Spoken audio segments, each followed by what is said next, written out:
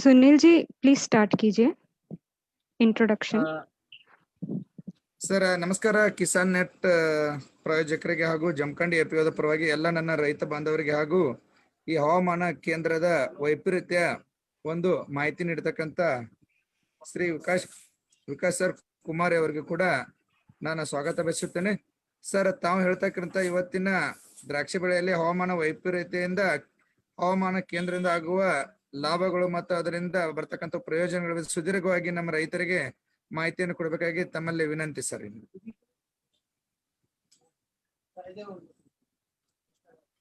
Vikas, you can start.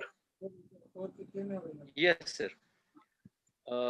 नमस्कार सारे किसान भाइयों। हिंदी में डिस्कशन होगा आज का हमारा ये, क्योंकि मुझे तमिल नहीं आती।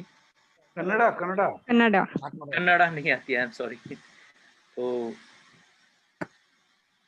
आज हम बात करेंगे हमारे जो वेदर सर्विसेज है और जो हवामान और जो आजकल हम देखते हैं क्लाइमेट चेंज हो रहा है, इन सारी चीज़ों का बड़ा सारा असर पड़ रहा है हमारे किसानी पे। और उसमें भी सबसे ज़्यादा असर पड़ रहा है ऐसे क्रॉप जिनमें सबसे ज़्यादा pesticides, fertilizers, growth regulator use होते हैं, और उनमें है सबसे पहले अंगूर।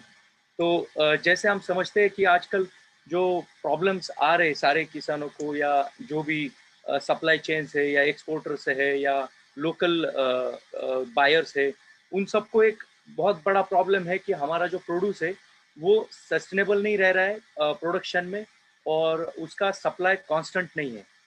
तो जो हमारी जो वेदर सर्विसेज है, जो हमारी कंपनी है फाइलो वेदर सर्विसेज, ये एक प्रिसीजन फार्मिंग की तरह काम कर रही है। प्रिसीजन का मतलब होता है कोई भी चीज़ करना सही कारण से, सही वजह से, सही जगह पे और सही टाइम पे। तो ये एक जो प्रिसीजन फार्मिंग का जो फंडा है, ये हमने अच्छे से होल्ड कर रखा है, इसको पकड़ के रखा हुआ है, और इसको आगे हम किसानों से शेयर कर रहे हैं। तो आजकल हम चैलेंजेस देखते हैं, जैसे आजकल की बहुत सारी चैलेंजेस है, पर इसमें अगर आप ओवरऑल देखते हो हॉर्टिकल्चर को या विटीकल्चर को और उसके मैनेजमेंट को देखोगे, तो 50% जो होल्ड है, जैसे 40 से 50% इरिगेशन सपोर्ट करता है हमारे प्रोड्यूस को। तो बाकी बचा हुआ जो कल्चरल प्रैक्टिसेस है, प्लांट ग्रोथ रेगुलेटर्स है, या हमारा जो इंटर कल्टिवेशन प्रैक्टिसेस है, इनके मुकाबले अगर हम इरिगेशन को अच्छे से संभालें तो वो सारी चीज़ें एक दूसरे से कोरिलेटेड और सही होने शुरू हो जाती है धीरे धीरे। तो आजकल की रिक्वायरमेंट क्या है, अगर सही से करना है तो इरिगेशन हमारे क्रॉप टाइप के अनुसार होना चाहिए, रूट स्टॉक के अनुसार होना चाहिए, क्रॉप स्टेज के अनुसार होना चाहिए। जैसे हमारा जब हार्वेस्ट होता है उसके कुछ हफ्ते पहले अगर हम थोड़ा स्ट्रेस देते हैं तो हमारा ब्रिक्स जो है वो अच्छे से बढ़ सकता है, और हमारी पोस्ट हार्वेस्ट लाइफ जो है क्रॉप की वो भी बढ़ जाती है। तो जैसे हमारे यहाँ अगर कोई ट्रेडर आता है तो वो हमारे प्रोड्यूस को देख के ही पता लगा लेता है कि ये हार्वेस्ट के बाद कितने टाइम तक टिक सकता है, या फिर इसके साथ क्या क्या हो सकता है हार्वेस्ट करने के बाद।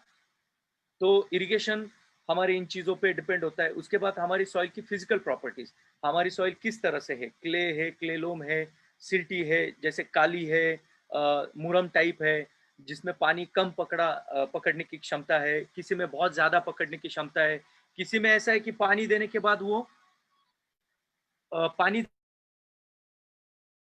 सूखती ही नहीं।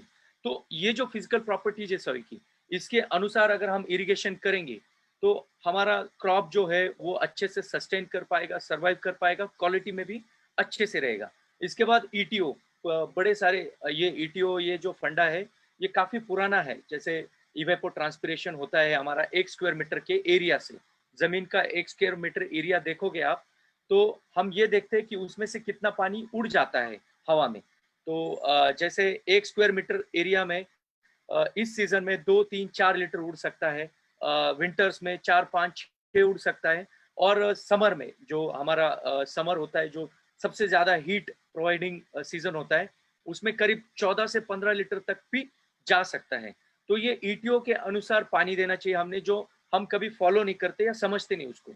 उसका सारा असर हमारे प्रोड्यूस के क्वांटिटी पे भी हो सकता है, जो मैं आपको हमारी कुछ अगली स्लाइड्स में एक केस स्टडी के तौर पे दिखाने वाला हूँ। तो इन सारी चीज़ों को देख के इरिगेशन को हमारा फर्टिगेशन के अकॉर्डिंग, या फर्टिगेशन जो है हमारा इरिगेशन के अकॉर्डिंग ही होना चाहिए। तो गलत स्टेज पे अगर हम इरिगेशन करते हैं तो वो गलत तरीके से फर्टिगेशन या फर्टिलाइजर की अवेलेबिलिटी दे देता है और क्रॉप के क्वालिटी पे आगे फर्क भी ला के हमें दिखा देता है।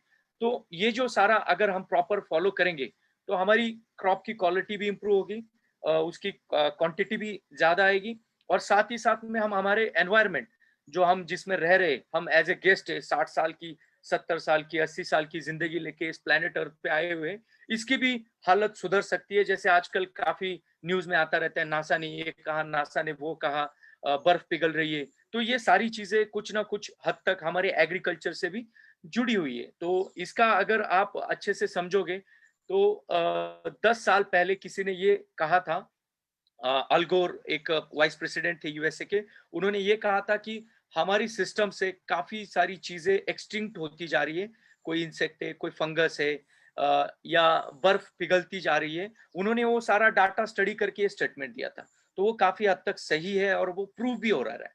तो ये सारी चीजें अगर हम प्रॉपरली फॉलो करेंगे तो हमारी सस्टेनेबिलिटी भी टिकी रहेगी और हमारा अल्टीमेटली जो क्रॉप है वो भी सही चलेगा। पर आजकल क्या हो रहा है, हम क्या करते हैं, शेड्यूल बेस्ड इरिगेशन को फॉलो करते हैं, जो टिपिकल शेड्यूल्ड है, किसी ने फॉलो करने को बोला है उसको फॉलो कर रहे, या उसकी तरह ही काम कर रहे हैं, 7 दिन 8 दिन 10 दिन जो भी, जैसे किसी ने बोला है कि भाई मेरा ये है कि मैं 10 दिन में पानी दे रहा हूँ, तो काफी सारे लोग उस चीज को फॉलो करने लग जाते हैं। तो वो जो चीजें हैं उन सारी चीजों को साइड में रख के हम हमारे सिस्टम को या हमारे वेदर को फॉलो करेंगे तो हमारी सिस्टम अच्छे से चल सकती है। तो schedule is derived through without considering soil, environment, crop stage. So काफी सारी चीजें हैं, हमारे पास कोई आता है और वो हमें बता के जाता है कि भाई ये ऐसा करना चाहिए, वैसा करना चाहिए, ऐसा करो, ऐसा करेंगे तो ऐसा होगा। पर हमारा जो सिस्टम है, हमारे लोकेशन पे जो हो रहा है उसके अकॉर्डिंग अगर हम काम करेंगे तो हमें उसका रिजल्ट लॉन्ग टर्म और अच्छा मिल सकता है।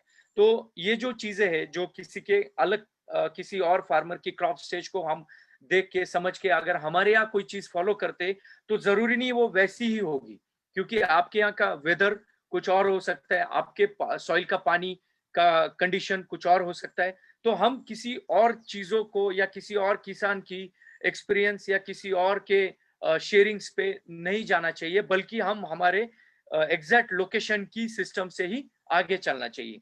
तो ये कुछ चैलेंजेस है। इसके अलावा पेस्ट एंड डिजीज में तो बहुत सीरियस चैलेंजेस है। जैसे रिक्वायरमेंट आज ये है कि pesticide should be applied only when it is required, तो हम पेस्टिसाइड वैसे नहीं अप्लाई कर रहे। हमें किसी ने बोला या हमें किसी ने शेड्यूल बना के दिया, हम उस चीज को फॉलो कर रहे हैं। हम ये नहीं देखते कि मेरे क्रॉप में कौन से स्टेज का डिजीज का इन्फेक्शन है, या मेरे पास ईटीएल का पेस्ट का क्या ईटीएल है, इकोनॉमिक थ्रेशोल्ड लेवल क्या है, या ये सारी चीजों को देख के नहीं फॉलो करते, बल्कि हम करंट प्रैक्टिसेस में ऐसा फॉलो करते हैं कि मैंने शेड्यूल लिया है किसी से 15 20 30 स्प्रे और मैं वो करता जाऊंगा। जरूरी नहीं मैं उसमें ये सोचूं कि ये मुझे एग्जेम्प्ट भी करना है, इसकी जरूरत है कि नहीं है, ये समझना हम नहीं करते या नहीं कर पाते। तो हम कुछ चीजों में एडिशनल स्प्रे भी दे देते, एडिशनल न्यूट्रिशन के डोजेस भी दे देते, जरूरत ना होने की जगह पे भी हम कुछ चीजें एडिशनल कर लेते। और कुछ तो पैनिक, मतलब मैं डर के मारे दे रहा हूँ, मुझे कुछ आइडिया है नहीं, मुझे किसने बोला कि भाई हमारे यहाँ तो जबरदस्त अटैक हो गया डाउनी का, पाउडरी का, या एंथ्रेक्नोज का, या किसी और पेस्ट का, तो मैं कर रहा हूँ। किसी और का अटैक आप पे हो रहा, उसका जो लोकेशन है वो आप पे लागू होगा, ऐसा जरूरी नहीं है। तो ये जो चैलेंजेस है हमें जो करना चाहिए और जो हम नहीं कर रहे, ये बहुत सीरियस चैलेंजेस है। इसकी वजह से हमारा कॉस्ट ऑफ प्रोडक्शन भी बढ़ रहा है और हमारी क्वालिटी भी घट रही है, और ऑब्वियसली क्वांटिटी पे भी काफी सारा असर पड़ रहा है। तो फर्टिलाइजर की भी रिक्वायरमेंट वैसी ही है। मैं किस स्टेज पे फर्टिलाइजर देना चाहिए, कितना देना चाहिए, कौन सा देना चाहिए, इसको समझे बगैर आजकल हम शेड्यूल फॉलो कर रहे हैं कि भाई मुझे किसी ने 13-0-45 डालने को बोला तो मैं डाल रहा हूँ, किसी ने बोला कि भाई 0-52-34 का स्प्रे लेते रहो तो मैं कर रहा हूँ। तो ये जो सारी चीजें हैं, हमें इन चीजों को रिक्वायरमेंट के अनुसार ही करनी की जरूरत है, ना कि हमें किसी के शेड्यूल के ऊपर चलना चाहिए। तो काफी सारी चीजें जैसे एनवायरमेंटल फैक्टर्स, जैसे लाइट कितनी है, डिग्री डेज कितनी हो गए, तो लाइट का अगर एग्जांपल देना चाहूँ तो काफी सारे सिस्टमिक स्प्रेज जो होते हैं उनको लाइट के कंडीशन में ही देना चाहिए। मेरे पास 5-10 हजार लक्स के ऊपर लाइट है तो ही मैंने उन स्प्रे को लेना चाहिए। अगर मेरे पास कॉन्टैक्ट है तो अपॉर्चुनिटी अगर मुझे सिस्टमिक की है, लाइट आ चुकी है, तो मैंने सिस्टमिक लेना चाहिए, ना कि कॉन्टैक्ट फंगिसाइड या इंसेक्टिसाइड, ताकि सिस्टमिक लाइट के अवेलेबिलिटी में सेल्स काम कर रहे होते हैं और वो अपने आप में उस पेस्टिसाइड को एब्जॉर्ब कर लेते हैं और उनकी अलग अलग एक्टिविटीज की तरह ट्रांसलैमिनार हो या मूवमेंट की एक्टिविटी के अनुसार वो पूरे सिस्टम में फैल जाते हैं। पर वही अगर लाइट ना हो तो वो फैलेंगे नहीं, शायद वो वेस्ट भी हो जाए। तो इसलिए हमें इन चीजों को फॉलो करना चाहिए रिक्वायरमेंट के अनुसार और करंट प्रैक्टिसेस के साइड से थोड़ा निकल जाना चाहिए। तो हम काफी हद तक आज अगर किसानी देखेंगे तो एनवायरनमेंट को हम सिर्फ 10-20% ही देते हैं। एक ही चीज के लिए हम एनवायरनमेंट को साथ में रखते हैं कि मेरे पास कितनी बारिश हो रही है, कब हो रही है। इस चीज के अलावा भी हमारे एनवायरनमेंट में बहुत सारी चीजें हैं जिसको हमने कंसिडरेशन में लाना चाहिए। तो उन चीजों पे हम ज्यादा फोकस करेंगे। तो इन चीजों की वजह से जो हम करंट प्रैक्टिसेस कर रहे हैं, जो हमारे पास जो आजकल चला हुआ है, जैसे किसी ने बोला, किसी ने कहा, कोई भटक रहा है मार्केट में, कोई डॉक्टर घूम रहा है, तो वो जो रेकमेंड कर रहा है, जैसे उसकी चीजों पे ही हम काफी हद तक आगे चल रहे हैं। उसकी वजह से हमारे पास लेस प्रोडक्टिव हो रही है। जैसे वर्ल्ड में हमारा प्रोडक्टिविटी काफी आगे है कंपेयर टू अदर कंट्रीज। हमारा टेबल ग्रेप्स का प्रोडक्टिविटी अगर हम देखेंगे पर एकड़ का 18-20 टन बड़ा कॉमन आता है, एक्सपोर्ट के लिए 12-15 टन बड़ा कॉमन आता है। और वर्ल्ड में अगर हम अंगूर की बात करेंगे तो 70 से 80% वाइन के लिए जा रहा है, उसमें से 10-20% रेजिन्स के लिए जा रहा है, दाख ये मनुका के लिए जा रहा है, और सिर्फ 5 या 6% हमारा टेबल ग्रेप्स के लिए जा रहा है। तो उस टेबल ग्रेप्स में भी हमारी कंट्री प्रोडक्टिविटी के तौर पे आगे है, पर आज हम, मुझे लगता है कि काफी हम पीछे रह सकते हैं या काफी पुरानी कंट्रीज के साथ हम आ सकते जो उनकी प्रोडक्टिविटी थी। तो इसकी वजह से क्रॉप लॉसेस भी बहुत हो रहे, जैसे डिजीज पेस्ट का टाइम से कंट्रोल ना करना या उस चीज को फॉलो ना करना जो हमें करनी चाहिए।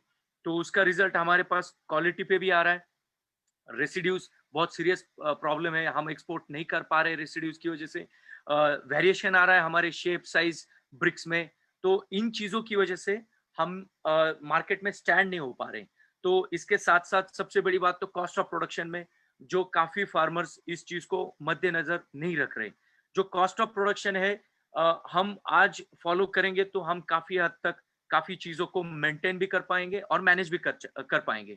तो जैसे हमारे कुछ स्प्रेज हमें बाईपास करनी चाहिए, अगर शेड्यूल आ भी गया कोई बात नहीं, पर हम अगर विजिट करते हैं विनयार्ड में, हम अगर हमारे वेदर को समझते हैं तो हम काफी चीजों को बाईपास भी कर सकते हैं। उन चीजों को समझ के हम उन चीज को बाईपास करने की वजह से हमारी कॉस्ट ऑफ प्रोडक्शन में थोड़ा कमी भी आ सकती है और जिसकी वजह से हमें अल्टीमेटली फायदा हो सकता है।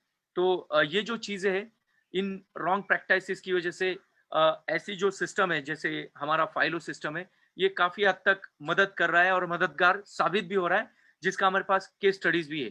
तो हमारे जहाँ पे कुछ फार्मर्स है नासिक में जिन्होंने हमारे पास 1 साल से इंस्टॉल कर रखा है, तो हमने उनका डाटा लिया है, उनका डाटा चेक किया है और उनकी जो प्रोडक्टिविटी है उसमें 20% तक की इंक्रीमेंट भी आ चुकी है।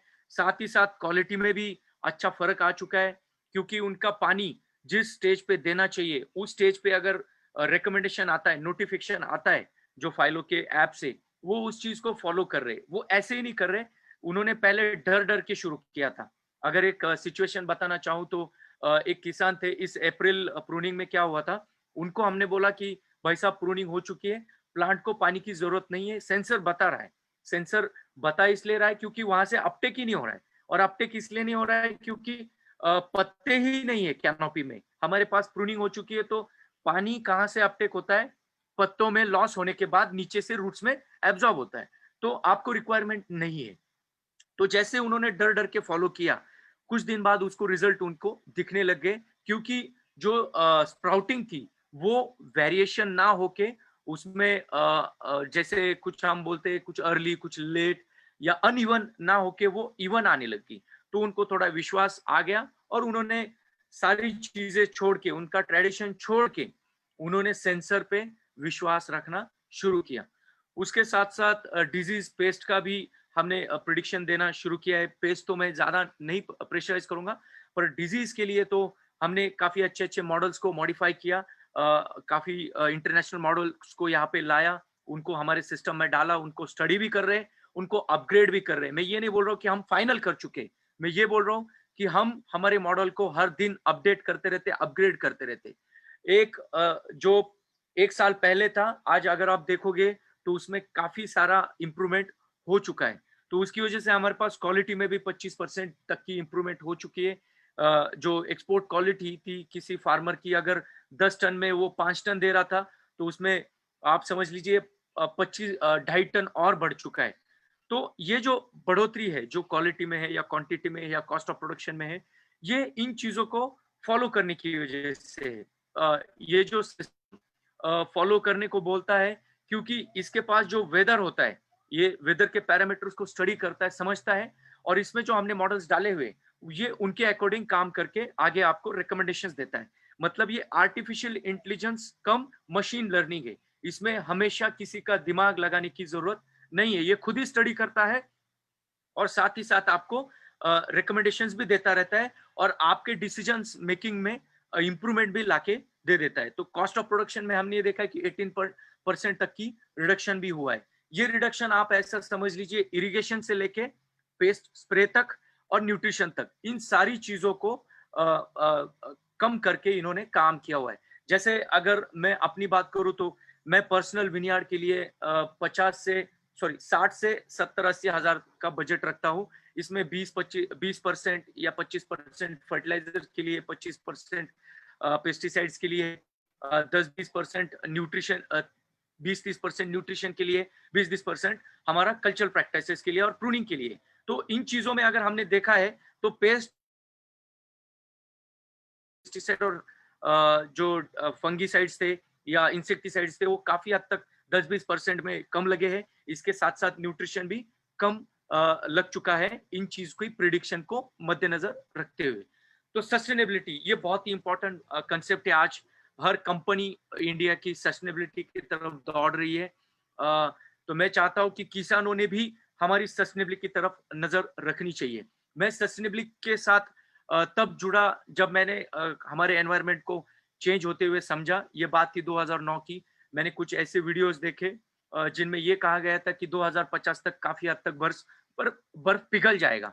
ये पिघलने का रीजन क्या है, मैं आपको एक सिंपल से एग्जांपल से बताता हूँ। जब मैं पैदा हुआ था 1986 में, 1986 में, तो उस टाइम का जो एटमॉस्फेयर में कार्बन डाइऑक्साइड था वो 0.03% था, 300 ppm था, मात्र 0.03%। आज मैं जब 34-35 साल का हुआ तो वो सिर्फ 30 साल में ही 0.04% हो गए। ये 100 ppm या 0.01% बढ़ोतरी, ये बहुत घातक है। ये हमारे सिस्टम को काफी हद तक चेंज कर रही है और इसने दिखा भी दिया है कि कैसे वो चेंज कर रही है। आजकल हम इरेटिक रेनफॉल, जब बारिश होनी चाहिए तब नहीं हो रही है, जब ठंड पड़नी चाहिए तब नहीं पड़ रही है, जब गर्मी पड़नी चाहिए तब नहीं पड़ रही है। काफी हद तक मौसम में बदलाव, काफी हद तक अनसीजनल रेनफॉल्स, ये सारी चीजें जो है ये हमें उस चीज का एक कंक्लूजन बता रही है। तो हमने सस्टेनेबिलिटी को क्यों देखना चाहिए? क्योंकि हमारी एक एक एक्टिविटी इस कार्बन को बढ़ाने में मदद कर रही है। और अगर हम 100% में बात करेंगे तो 25% जो कंट्रीब्यूशन है हमारे क्लाइमेट चेंज में, वो हमारी किसानी ही कर रही है। अब किसानी में भले ही फैक्ट्री आ जाए, भले ही किसान आ जाए या भले ही फ्यूल आ जाए, तो ये सारा चीजें कंट्रीब्यूट करके 25% तक का जो कंट्रीब्यूशन है क्लाइमेट चेंज में, ये हमारी किसानी करे। मैं चाहता हूं कि हम किसान भाई इस चीज को ध्यान में रखें कि हम जो 25% से लेके कम आ जाए, 20 आ जाए, 15 आ जाए, 10 आ जाए और एक दिन 0% पे आ जाए। पर वो तब होगा जब हम हमारे साइंस को, विज्ञान को समझेंगे, हमारे एटमॉस्फेयर को समझेंगे, हमारे एनवायरनमेंट को समझेंगे और उसके अकॉर्डिंग हमारे एग्रीकल्चर में काम करेंगे। तो हमने 2 करोड़ लीटर पानी मार्च 20 तक ही सेव किया था। ये कैसे किया था? जैसे एक एग्जांपल दिया था मैंने, जिस फार्मर को हम बोलते थे कि भाई तुम 15 दिन तक या 10 दिन तक पानी मत दो, तो वो धीरे धीरे फॉलो करने लग गए। और उनका जो फ्लड इरिगेशन था या कंटिन्यूटी थी इरिगेशन की, भाई मैं 7 दिन में देता हूँ, मैं तो ट्रेडिशनली 5 दिन बाद ही देता था, मैं तो ऐसे ही देता था, मैं तो वैसे ही देता था, वो उस चीज से बाहर आ गए और धीरे धीरे सेंसर को, मशीन लर्निंग को, आर्टिफिशियल इंटेलिजेंस को अंदर लेके गए।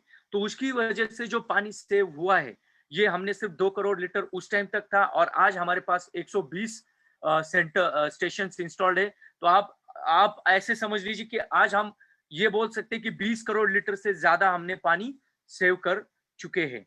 तो पानी सेव करने का मतलब क्या है? आज हम ये देख रहे हैं कि जो भी फार्मर न्यूक्लियर होता जा रहा है, वो अपना कुआं खोदता है, वो अपनी बोरवेल कर देता है। तो हम बड़े तौर पे ग्राउंड वाटर पे ही डिपेंडेंट है। तो एक और एग्जांपल देने की बात करूं तो मैं 2017 से 2018-19 तक पंजाब में था। तो पंजाब के गवर्नमेंट को नासा ने एक पत्र भेजा। पत्र में ये कहा कि आपके पंजाब की जो ग्राउंड वाटर टेबल है, हर साल 60 सेंटीमीटर नीचे जा रहा है। ये बहुत ही भयावह सिचुएशन है, डरावनी सिचुएशन है, क्योंकि पंजाब का नाम ही 5 नदियों से पड़ा हुआ था। वो ऐसा राज्य है जहां पे पानी की कोई कमी नहीं है, जहां पे पानी जितना मर्जी, ग्राउंड वाटर टेबल आप ऐसे समझ लीजिए 20-25 फीट पे ही था, पर आज हर साल वो 1-1 मीटर या पौना मीटर नीचे घटता जा रहा है। तो ये बहुत ही सीरियस इशू है। तो इस चीज को अगर हम देखेंगे, हम भी उस चीज में रेस में आगे है। हमारे यहाँ भी अगर हम देखते हैं तो हर बंदा बोरवेल करता है, हर बंदा ओपन वेल करता है। तो अगर हम पानी को सेव करना सीखेंगे, अगर हम पानी को कम यूज करना सीखेंगे, जरूरत के तौर पे ही यूज करना सीखेंगे, तो हमें इन चीजों को ज्यादा खोलने की जरूरत पड़ेगी ही नहीं। हम हमारे बारिश के पानी से ही हमारा काम आराम से चला सकते हैं। और इसमें सबसे बड़ी बात करेंगे, जहां पे बारिश कम होती है, जैसे मैं कल सोलापुर था, तो वहां पे सिर्फ 500 mm साल का एनुअल एवरेज रेनफॉल है। तो वो अच्छे तौर पे ग्राउंड वाटर टेबल पे है। तो उनका ग्राउंड वाटर टेबल, काफी किसानों ने ये बताया कि उनका ईसी जो है वो 1 डेसीसाइमंड्स के ऊपर है, जो बहुत ज्यादा है। उनका टीडीएस 1000 पीपीएम से ऊपर है, जो बहुत ज्यादा है। एग्रीकल्चर के लिए, ड्रिप इरिगेशन के लिए वो बहुत ही खतरनाक है, और उसको मैनेज करने के लिए हमें एडिशनल खर्चा चाहिए होता है। बल्कि वही अगर आप ऑपोजिट में जाएंगे, अगर आप हमारे एटमॉस्फेयर का या हमारे बारिश का पानी सेव करेंगे, तो वो पूरा नेचुरल है, न्यूट्रल है, उसका पीएच भी न्यूट्रल है, उसका ईसी भी रिक्वायर्ड है, उसका टीडीएस भी रिक्वायर्ड है। अगर आपके घर पे किसी के पास टीडीएस, ईसी, पीएच मीटर है, तो आप आपके घर पे पानी को, रेन वाटर को देखो, सेव स्टोर करो 2-4 लीटर, और आप टेस्ट करो, आपको समझ में आ जाएगा वो कितना नेचुरल पानी है, और वो कितना अच्छा है हमारे एग्रीकल्चर के लिए, हमारे सेहत के लिए, और हमारे पूरे इकोसिस्टम के लिए। तो फाइलो, हमारी जो सिस्टम है वो कैसे काम करती है? तो पहले तो हमारे पास प्रिसीजन फार्मिंग का डाटा आ जाता है। डाटा आने का मतलब, आपके यहाँ जो सिस्टम इंस्टॉल होती है, वो हर 40 मिनट या हर 30 मिनट बाद एक रीडिंग लेता है। वो रीडिंग हर एक चीज की लेता है, हमारे हवा के तापमान की, हमारे विंड, हमारे हवा का स्पीड की, विंड हमारे हवा के डायरेक्शन की, हमारा ईटीओ 1 मीटर स्क्वायर में से कितना पानी उड़ रहा है, हमारा सॉइल मॉइस्चर 10 इंच पे जो इंस्टॉल किया होगा उस जगह का, 20 इंच पे जो इंस्टॉल किया होगा उस जगह का, हमारा लीफ वेटनेस, हमारे पत्ते पे कितना, एटमॉस्फेयर में ह्यूमिडिटी कितनी है, हमारा डेल्टा टी कितना है, ऐसे करीब 21 तरह के फीचर्स है हमारे पास। वो सारों को स्टडी करके वो जब आते हैं, तो वो एक डिसीजन लेने के लिए हमें हेल्प करते हैं कि भाई, मुझे अगर पता लग गया, किसी ने बताया, या मुझे सैटेलाइट से इमेज आता है मेरे सिस्टम में, या आप ज्यादा दूर मत जाइए, जब हम हमारे मोबाइल में ऐप खोलते हैं, गूगल ऐप, और हम मैप्स ढूंढते हैं, और हम किसी चीज का रोड ढूंढते हैं, तो हमें वो गूगल मैप ये बताता है कि आप इस रोड से मत जाइए, ये रोड खराब है, यहाँ पे ट्रैफिक हो सकता है, इस रोड में गड्ढे हैं। तो आप डिसीजन लेते हो, क्या डिसीजन लेते हो कि कम टाइम और साफ रोड कौन सा है। तो वैसा ही हमारा सिस्टम आपको डिसीजन लेने में मदद करता है कि मैंने क्या करना चाहिए, कब करना चाहिए, और क्यों करना चाहिए। इसकी वजह से क्या होता है, हमारे जो रिसोर्सेस है, कोई भी रिसोर्स हो, लेबर हो, आपका फर्टिलाइजर हो, आपका पेस्टिसाइड हो, आपका आपका जो भी आपका खुद का टाइम हो, ये जो सारी रिसोर्सेस है वो इफिशिएंटली यूज होगी। इफिशिएंट का मतलब, जब जरूरत होगी तभी आप उसको यूज कर सकते हो, और उसकी वजह से अल्टीमेटली हमें प्रोडक्टिविटी में काफी हद तक इंप्रूवमेंट भी देखने को मिल सकती है, क्योंकि हम इन सारी चीजों को स्टडी कर रहे हैं। तो इसका रिजल्ट अल्टीमेटली आपके प्रोडक्टिविटी पे आ रहा है, क्वालिटी पे आ रहा है, क्वांटिटी पे आ रहा है। तो फाइलो कैसे काम करता है? तो हमारा ये सिस्टम है, हम विनियार्ड में इंस्टॉल करते हैं, या आपका जो भी खेत हो, चाहे सोयाबीन का हो, गन्ने का हो, जो भी खेत हो, क्योंकि ये पूरे एग्रीकल्चर में यूज हो सकता है। हमें एग्रीकल्चर का वेदर का बहुत जरूरी, तो हर जगह का एक वेदर वो कैप्चर करना शुरू कर देता है। उन कैप्चर किए हुए पैरामीटर्स को अपने साथ तो स्टोर करता है, एनालिसिस करता है, और अल्टीमेटली बाद में वो आपको एक अलर्ट भेजता है आपके मोबाइल में। जैसे आप जब फोन बंद होता है, आपका व्हाट्सएप आता है, तो आपको तुरंत एक मैसेज, आपका स्क्रीन ऑन हो जाता है और आप उसको खोल के देख लेते हो किसका व्हाट्सएप है। ठीक है, अरे हाँ, मुझे मेरे घर से मैसेज आया है कि मुझे आज ये पेस्टिसाइड लाना है। उसी तरह से आपके फोन में एक नोटिफिकेशन आता है, वो नोटिफिकेशन आपको जो चीजें हैं इंपॉर्टेंट वो आपको बताता है। बाद में आपने डिसीजन लेनी होती है, मैंने फॉलो करना है कि नहीं है। आप उसको क्रॉस चेक भी कर सकते हैं, आपके एक्सपीरियंस से समझ भी सकते हैं। अगर आपको गड़बड़ी लगती है तो आप तुरंत हमें कॉल बैक करके बता भी सकते हैं कि ये मुझे गड़बड़ी है। अगर गड़बड़ी है तो सुधारा जा सकता है, अगर अंडरस्टैंडिंग में फर्क है तो हम डिस्कशन करके समझ भी सकते हैं। तो हमारा पूरा सिस्टम ओपन है, कस्टमाइज्ड है, लर्निंग के लिए हम हमेशा रेडी रहते हैं। तो फीचर्स क्या है हमारे सिस्टम के? तो ये टोटल 21 फीचर्स है। आपको प्राइमरी रूट जो 12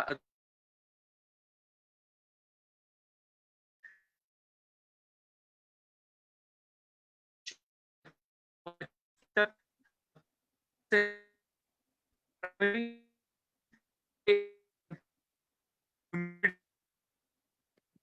विकास जी के यहाँ नेटवर्क इश्यूज लग रहे हैं, 2 मिनट रुकते हैं।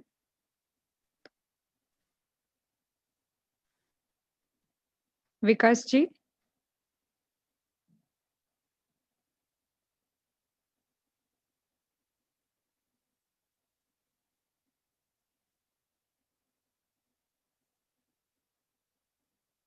विकास जी,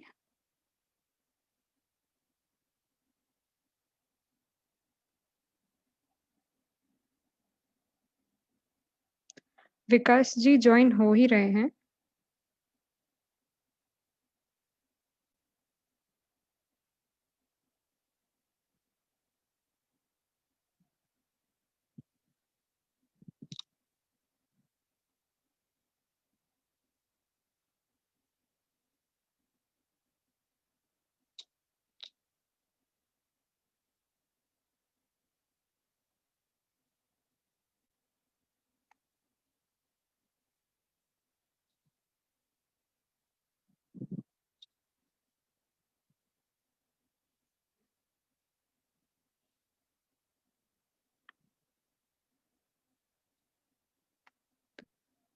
हाँ, वो ज्वाइन हो चुके हैं, उनका ऑडियो कनेक्ट हो रहा है।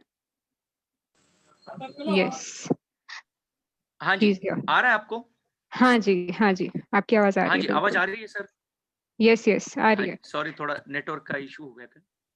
हाँ, ओके, सो हम कहाँ थे? कहाँ मिस कर गए थे हम? ये स्लाइड आप थी? फीचर्स बता रहे थे। यस हाँ जी, तो यही थे। दिख रहा है सारा क्लियर? सर यस क्लियर है ये?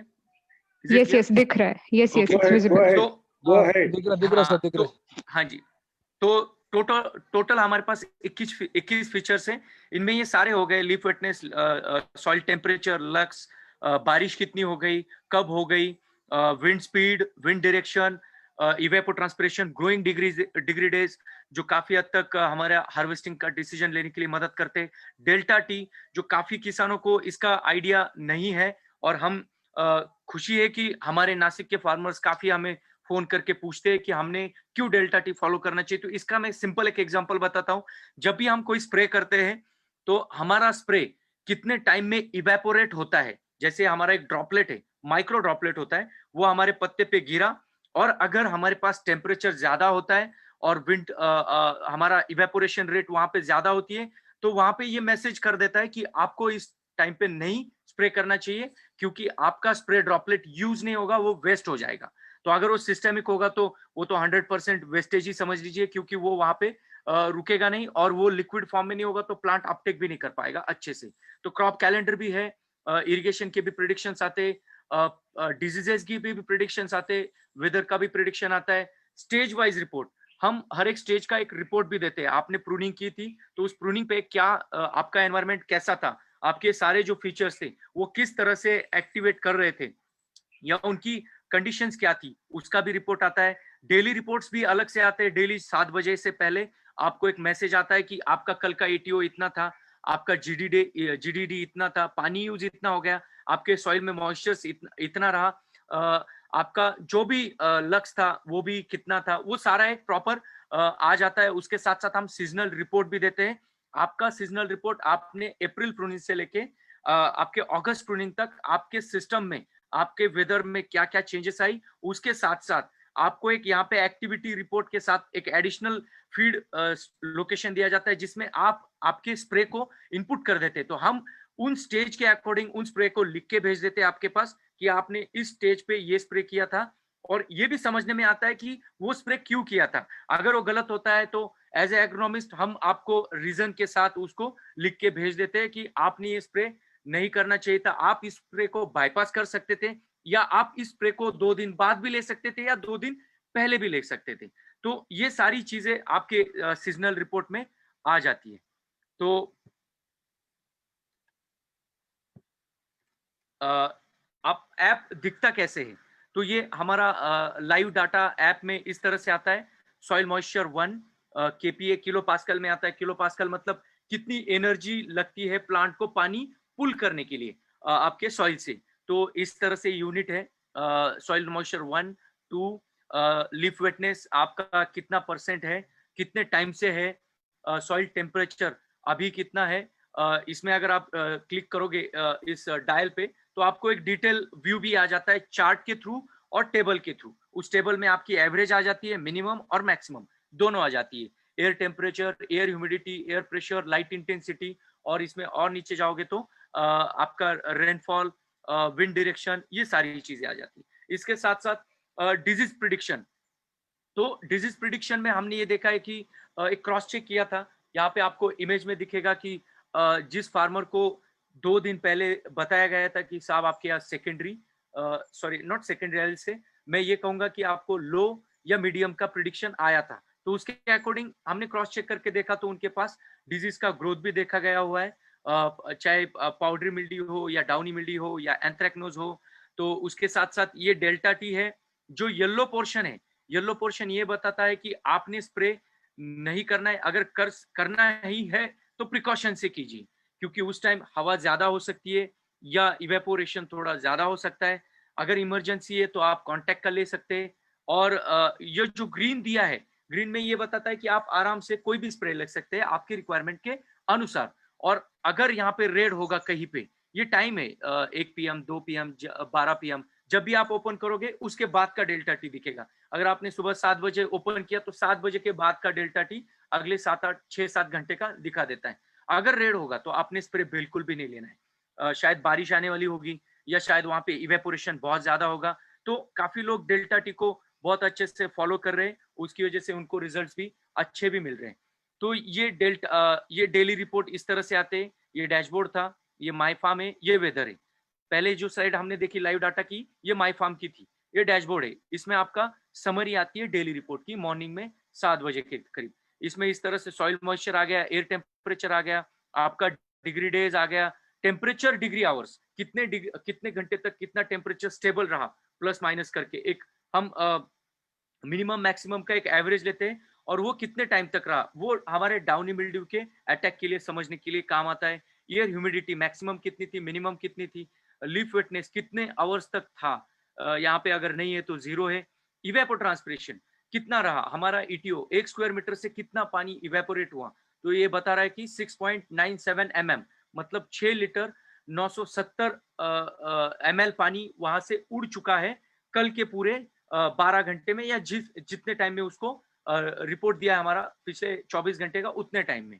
तो इसका एक्शन क्या चाहिए, डिजीज का प्रिडिक्शन। आपके यहाँ अगर पाउडरी मिल्ड्यू है तो यहाँ पे आपको प्रिडिक्शन आता है हाई, डिजीज है तो आपको उस तरह से प्रिडिक्शन आते हैं लो, मीडियम, हाई।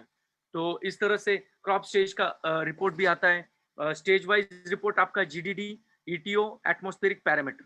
तो इस तरह से अगर आपकी वैरायटी है, जो भी वैरायटी का नाम है, आपके रिपोर्ट में air temperature, air humidity, soil temperature, leaf वेटनेस, day time lux, ये कितना था उस स्टेज पे, ये पूरा आ जाता है। ये डाटा आप आपके साथ भी रख सकते हैं, आप अपने लैपटॉप में स्टोर भी कर सकते हैं, क्योंकि हम एक्सेस देते हैं ऐप के साथ साथ एज वेल एज लैपटॉप में डैशबोर्ड के साथ साथ आप सारे साल का डाटा लॉग इन करके स्टोर भी कर सकते हो।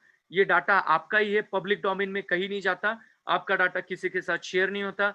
अगर आप कंटिन्यूटी में रखते हैं इस सिस्टम को, तो आप अगले 10 साल का या जैसे पिछले 10 साल पहले अगर इंस्टॉल किया होगा, तो आपके पास आपके फील्ड का 10 साल का डाटा अवेलेबल होता है, जो कि बहुत ही इंपॉर्टेंट है किसी भी क्रॉप को प्लांटेशन की तैयारी करने के लिए। तो ये डाटा आपके साथ ही रहेगा। प्रिडिक्शन में काफी सारे क्वेश्चंस है, काफी सवाल आते हैं लोगों की कि भाई आपने प्रिडिक्शन दिया कि बारिश होने वाली थी, तो हुई क्यों नहीं। बेसिकली मैं अगर थोड़ा इसमें ज्यादा डीप में नहीं जाऊंगा, इतना ही बोल सकता हूँ। मेरे एक रिश्तेदार है जो IMD से रिटायर हो चुके थे, तो मैंने उनसे ऐसे ही सवाल किया। मैंने एक ईसा का कोर्स भी कर रखा है, यूरोपियन स्पेस एजेंसी का, ऑनलाइन 4 महीने का।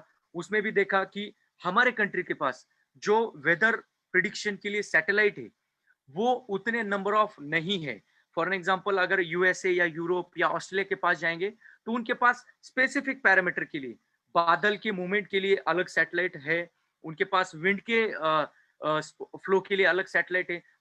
उसके अपोजिट में हमारे पास एक ही सैटेलाइट सारा स्टडी कर रहा है, इसकी वजह से वो एग्जैक्ट प्रिडिक्शन नहीं दे पा रहा है। तो वो प्रॉब्लम होने की वजह से हमारे पास जो प्रिडिक्शन आते हैं वो 70 से 80% सही आते, 100% सही नहीं आते।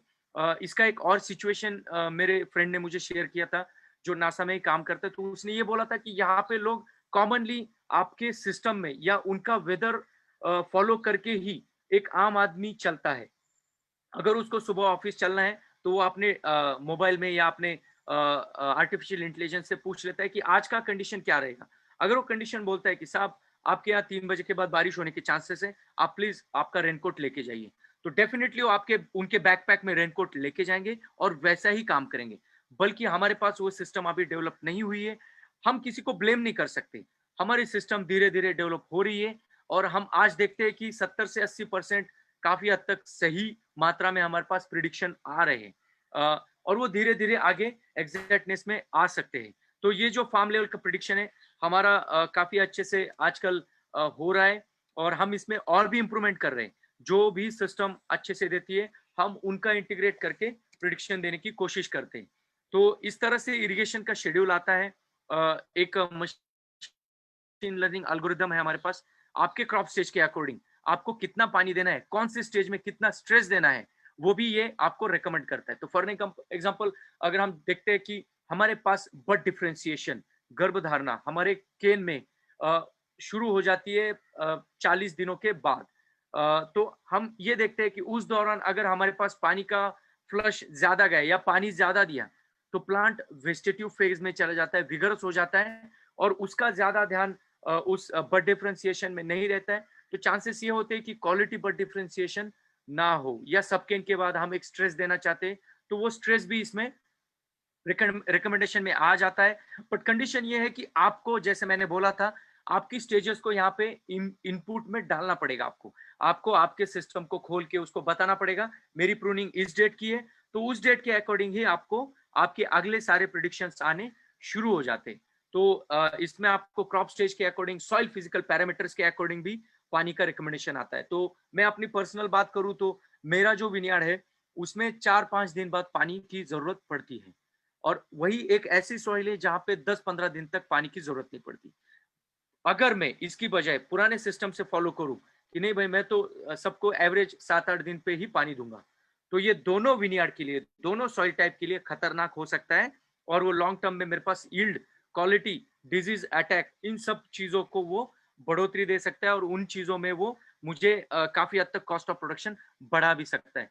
तो हम उसके अकॉर्डिंग, सॉइल टाइप के अकॉर्डिंग, और जो करंट मॉइस्चर लेवल है, जो सेंसर डाला हुआ है अलग अलग स्टेज पे, उसके अकॉर्डिंग ही आपको रिकमेंडेशंस देना शुरू करता है। इसके साथ साथ आपके जो ऐप में जो वेदर प्रिडिक्शन है, उसको भी वो देख के आपको प्रिडिक्शन देने की कोशिश करता है कि साहब बारिश होने के चांसेस है 7 घंटे बाद, तो आप इरिगेशन ना दो तो बढ़िया है, अगर ना हो तो आपको वो बताएगा कि प्लीज आप इरिगेशन दे दो या मत दो, या आपको इरिगेशन का स्ट्रेस देना है कि नहीं देना है। अगर मैंने देखा कि मुझे एक एक्स स्टेज पे 100% पानी की बजाय 80% ही पानी देना है, पर बारिश का प्रिडिक्शन आ गया, तो हम ये कहते हैं कि आप वेट कीजिए, वॉच कीजिए, अगर बारिश नहीं होती है तो ही आप 80% का पानी दीजिए, वरना आपके सिस्टम में एक्स्ट्रा पानी होने के चांसेस है। तो इस तरह से डिजीज और पेस्ट प्रिडिक्शन क्रॉप स्टेज के अनुसार आते हैं। जैसे हमारे पास एनवायरनमेंट का टेम्परेचर होता है, डाउनी का रिक्वायरमेंट होता है कुछ स्पेसिफिक, कि भाई मुझे 1.5 या 2 घंटे तक लीफ वेटनेस होनी चाहिए, 2 या 3-4 घंटे तक बारिश होनी चाहिए 2.5 से 3 mm के ऊपर, या टेम्परेचर 10 के ऊपर होना चाहिए, 30 के नीचे होना चाहिए। तो अगर वो सारी चीजें फॉलो होती रही तो आपको एक नोटिफिकेशन आता है कि आपका एक प्राइमरी या उस स्टेज के अकॉर्डिंग सेकेंडरी इन्फेक्शन या लो या मीडियम हो चुका है, आपको इस चीज का स्प्रे लेना चाहिए, या स्प्रे रिकमेंडेशन ना करके आपको बताया जाता है कि इन्फेक्शन है। आप अपने हिसाब से, आपके नॉलेज के हिसाब से पेस्टिसाइड उठाइए और वो स्प्रे कीजिए।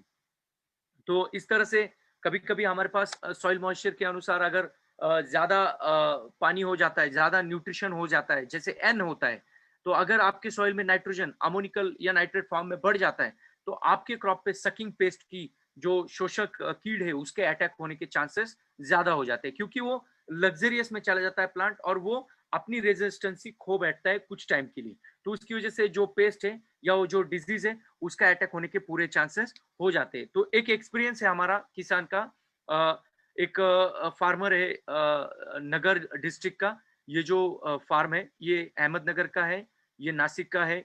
इन दोनों की सॉइल टाइप 70-80% एक जैसी है, और इन दोनों की एक चीज अनकॉमन थी, एक ये कॉमन चीज थी, ये फार्मर एक्सपोर्टर है और ये लोकल ग्रोवर है जो 20 टन तक का, 22 टन तक का यील्ड लेता है, और ये 14 टन तक का लेता है एक्सपोर्ट के लिए। तो हमारा जो सिस्टम था, जो क्रॉप स्टेज के अनुसार, सॉइल कंडीशन के अनुसार और प्लांट पे लोड के अनुसार, वहां पे ड्राइनेस के अनुसार रिकमेंडेशन को फॉलो करता गया, तो उसके 22 टन के क्रॉप के यील्ड को उसको करीब 22 से 23 इरिगेशन देने पड़े। सब कुछ एक जैसा था, ऑलमोस्ट एनवायरनमेंट भी एक जैसा ही था, उसका सॉइल भी एक जैसी ही थी, बस डिफरेंस नगर और नासिक का था, और उनकी जो टारगेट था वो अलग अलग था, एक का एक्सपोर्ट का था और एक का लोकल का था। तो लोकल वाले को एग्जैक्टली उससे कम इरिगेशन लगे, सिर्फ 13-14 इरिगेशन में उसका क्रॉप हार्वेस्ट हो गया। उसके ऑपोजिट में उस बंदे को जो 22 टन ले रहा है उसको 22 से 23 इरिगेशन देने पड़े। अब इसके साथ साथ जब मैं इरिगेशन की बात कर रहा हूँ, नंबर ऑफ इरिगेशन की, आपका यील्ड जितना चाहिए, जितना डिमांड कर रहा है, उसके अकॉर्डिंग अगर आप इरिगेशन देते हो तो डेफिनेटली आपको उसके अकॉर्डिंग रिजल्ट मिलने शुरू हो जाते हैं। पर यही चीज अगर ये 14 टन वाला फार्मर फॉलो करता, 22 से 23 इरिगेशन देता, तो डेफिनेटली उसका क्रॉप एक्सपोर्ट में जाने के लिए थोड़ा पीछे हट जाता, क्योंकि उसकी पोस्ट हार्वेस्ट लाइफ थी, या उसमें जो श्रिंकेज आना था, या बेरीज का होल्ड था वो शायद कम हो जाना था, और एक्सपोर्ट का जो सेल पर जो विजिटर था उसको आराम से पता लग जाना था कि इसके पास जो बेरी की क्रिस्पीनेस थी वो कम हो जानी है। तो उस चीजों की वजह से उसके पास वो रिजल्ट नहीं मिलने थे जो उसने इस चीज को फॉलो करके लिए। तो ये बहुत ही अच्छा एक एक्सपीरियंस हमें भी मिला, हमारे सिस्टम के थ्रू हमें भी पता लगा, और हम इन चीज को शेयर भी कर रहे हैं कि आपने किस तरह से इस चीज को समझना चाहिए।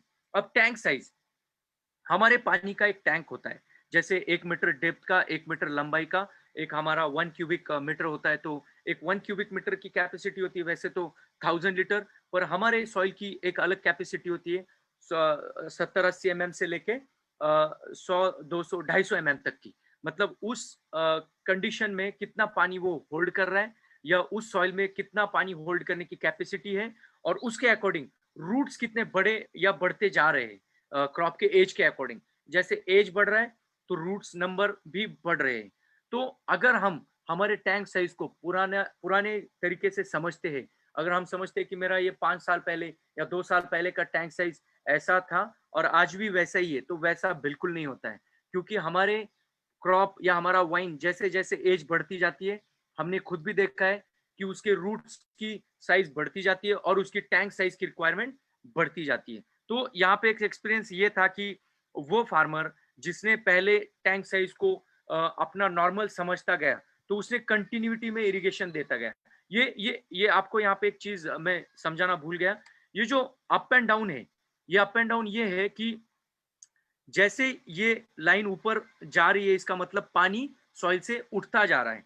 तो जितनी ग्राफ ऊपर गया, पानी उतना सॉइल में कम होता गया, मॉइस्चर कम होता गया, और एकदम से लाइन नीचे खींच गई, मतलब मैंने पंप ऑन किया और पानी दे दिया। तो मेरे सॉइल टाइप के अकॉर्डिंग कितना पर्कोलेशन रेट रहा, कितना पानी होल्ड करने की कैपेसिटी है, तो ये वापस 0 kPa पे पहुंच गया। तो हमारा नॉर्मली 0 से लेके 200 kPa तक का रिकमेंडेशन होता है सेंसर का। तो जनरली फार्मर अलग अलग सॉइल के लिए अलग अलग केपीए पे जा सकता है, 30 केपीए, 40 केपीए, 50 केपीए, 60 केपीए। अगर क्ले सॉइल है तो वो 60-70 केपीए तक भी स्ट्रेस के लिए जा सकता है। तो इसकी वजह से ये अप एंड डाउन होता रहता है। तो जैसे इरिगेशन की रिक्वायरमेंट आ गई, ये सूखता गया, फार्मर ने पानी दिया, फिर वापस से नीचे चला गया, फिर इरिगेशन की रिक्वायरमेंट आ गई, फिर नीचे चला गया क्योंकि पानी दिया।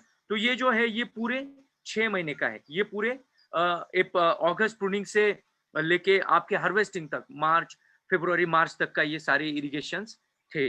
तो ये सॉइल मॉइस्चर 1 के थे, ये सॉइल मॉइस्चर 2 के थे, यहाँ पे ये सॉइल मॉइस्चर 1, ये सॉइल मॉइस्चर 2। तो ये जो देख रहे हैं आप रैंडम लाइन, ये आपकी इरिगेशन मॉइस्चर लॉसेस की है, ये मॉइस्चर रिटेंशन की है। मैंने यहाँ पे मॉइस्चर गया 30-35 केपीए पे, पानी दिया, तुरंत 0 हो गई, फील्ड कैपेसिटी पे आ गया। फील्ड कैपेसिटी मतलब मेरे सॉइल की पानी होल्डिंग की कैपेसिटी, ग्रेविटेशन के फोर्स को बाईपास करने, नॉट बाईपास, उसके पानी को लॉस करने के बाद की कैपेसिटी।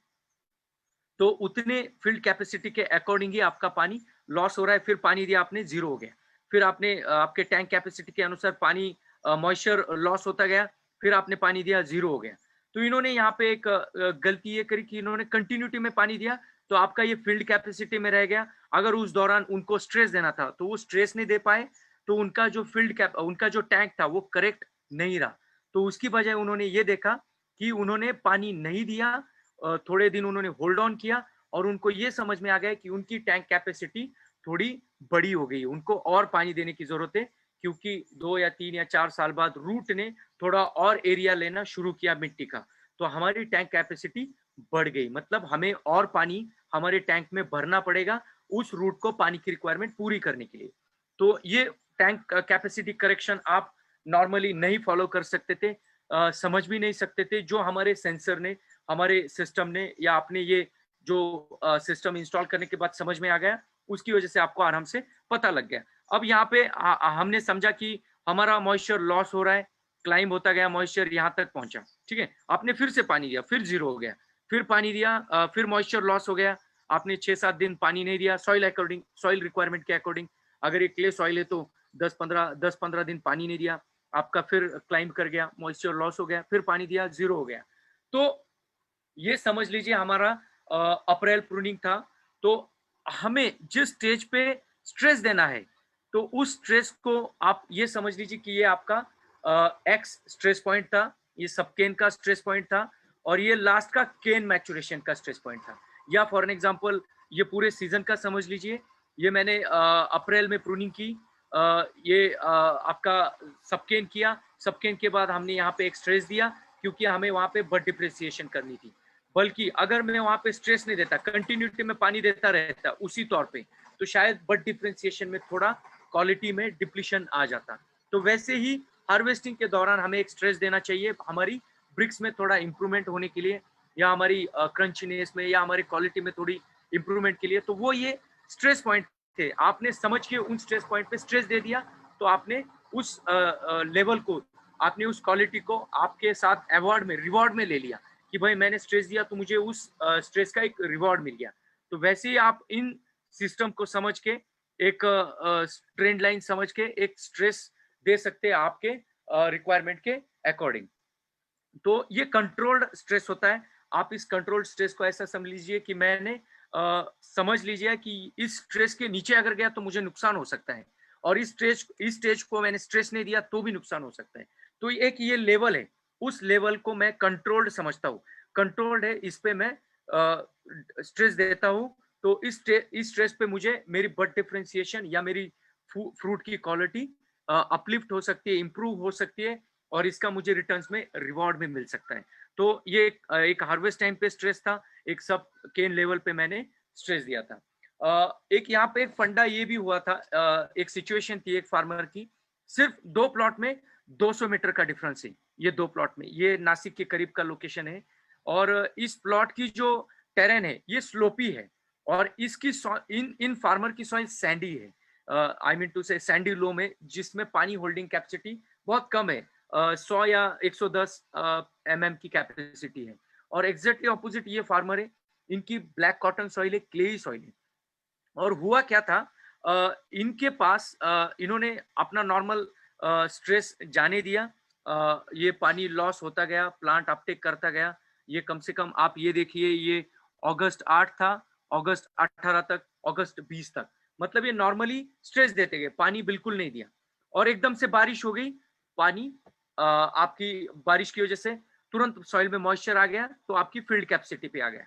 तो एग्जैक्टली ऑपोजिट यहाँ पे उस फार्मर को ये जो ट्रेंड लाइन थी ये ऐसे ही बढ़ रही थी। बढ़ इसलिए रही थी क्योंकि उनको ये लगा कि बारिश की वजह से मेरे पास पानी पूरा आ गया था, पर नहीं, वैसा नहीं हुआ। जो भी पानी बारिश की वजह से आ गया वो रन ऑफ होके, वॉश आउट होके चला गया। अगर वो फार्मर ये समझता कि मेरे पास तो बारिश हो गई, अब मैं पानी नहीं दूंगा, मैं आराम से बैठूंगा, तो यहाँ पे उस प्लांट को या उस विनियार्ड को कुछ सीरियस इश्यूज के थ्रू गुजरना पड़ना था। उसकी केन्स में जो हम बोलते हैं कि पानी ना होने की वजह से काफी प्रॉब्लम्स आ जाती है आपकी ऑगस्ट प्रूनिंग में, तो उसको वो फेस करना था। बल्कि उसने ये देखा कि उसके बारिश के बाद भी उसका मॉइस्चर नहीं बढ़ा, तो उसको वहां पे इरिगेशन देना पड़ा। तो इसका मतलब क्या हो गया कि सिर्फ 200 मीटर में 2 अलग सॉइल टाइप थी। बारिश हुई कि होने की वजह से मुझे इरिगेशन देने की जरूरत पड़ी या नहीं पड़ी, इस चीज को डिसीजन लेने के लिए भी हमारे अपने जो सिस्टम थे, सॉइल सेंसर थे, इन्होंने काफी हद तक उनको मदद करी और उनको समझाया कि भाई साहब बारिश हुई है, इसका मतलब ये नहीं कि आपके सॉइल को पानी देने की जरूरत नहीं है, फिर भी आपको पानी देने की जरूरत है। तो एक ये बहुत ही अच्छा सिचुएशन उनको समझ में आ गया और उनके समझने के बाद उन्होंने तुरंत ही इरिगेशन देना शुरू किया। तो ये सारी चीजें समझने के बाद हमने ये देखा है कि 35%, ये बहुत ही बड़ी अमाउंट होती है आज के टाइम में। हमने 35% तक का पानी सेव किया है। जैसे मैंने बोला कि ये 2 करोड़ के ऊपर हमने पानी सेव किया। 20% की हमने कॉस्ट ऑफ प्रोडक्शन कम करी। बेरी साइज में भी वेरिएशन नहीं हुआ, ये एक इवन स्टेज में आ गई।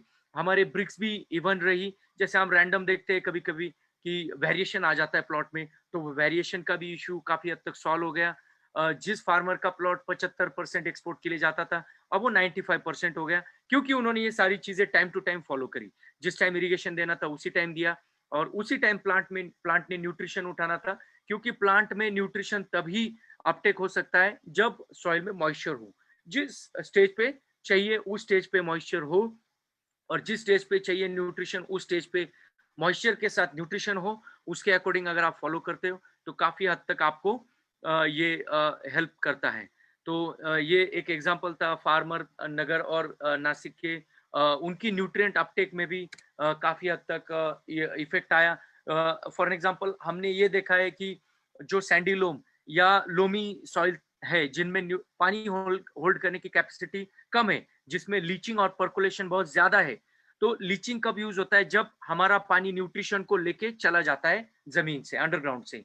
तो आज हम देखते हैं कि हमारे पानी की क्वालिटी भी काफी डिप्लीट हो चुकी है। जैसे मैं अपने पर्सनल बात करूँ तो हमारे यहाँ जो 20 साल पहले पानी की क्वालिटी थी अंडरग्राउंड की, वो डिप्लीट होके उसमें टीडीएस बढ़ चुका है, ईसी बढ़ चुका है, पीएच बढ़ चुका है, क्योंकि हम बहुत ज्यादा न्यूट्रिशन या बहुत इंटेंसिव फार्मिंग कर रहे हैं, अनवांटेड टाइम पे अनवांटेड चीजें कर रहे हैं, तो उसकी वजह से वो लीच होके हमारे वाटर बॉडीज में जा रहा है। तो अगर हम पानी ही लिमिटेड देंगे, टाइम टू टाइम देंगे, तो वो सारी चीजें नहीं होगी। हमारा पानी एक्स्ट्रा नहीं गया तो लीचिंग लॉसेस कम हो गई। लीचिंग लॉसेस की वजह से हमारी जो न्यूट्रिशन वहां से उड़ के या पर्कुलेट होके या लॉस होके जानी थी वो नहीं हुई, वो वहीं पे होल्ड करके गई। तो सॉइल रिपोर्ट में ये भी देखा गया कि जो टिपिकली लॉसेस होती थी तो वो ना होके वहां पे न्यूट्रिशन स्टेबलाइज्ड हो गया। ये इसके साथ साथ हमारे काफी सारे फार्मर के क्वेश्चंस आते हैं कि हमने इंस्टॉलेशन कहाँ पे करना चाहिए, कैसे करना चाहिए।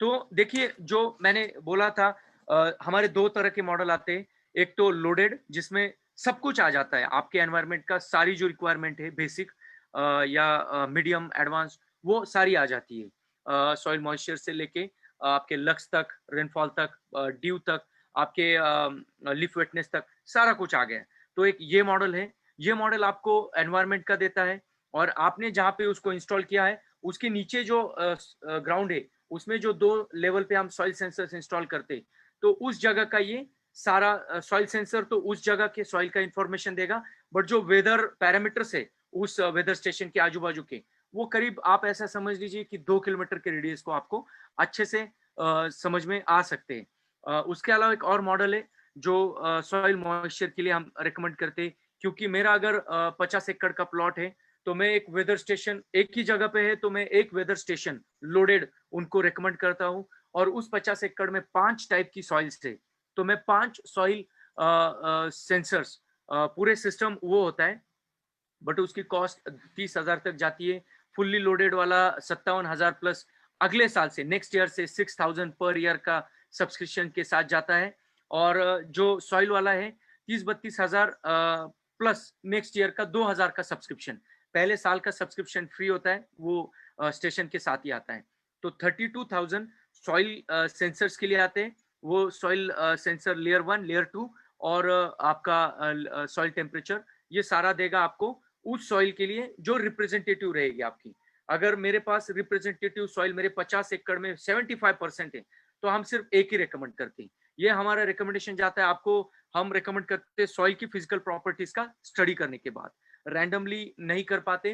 क्योंकि मैं खुद भी जब विजिट करता हूँ, तो काफी हद तक ऊपर अगर सैंडी दिख रहा है, तो नीचे काफी हद तक क्ले एक्यूमुलेट हुए होते हैं।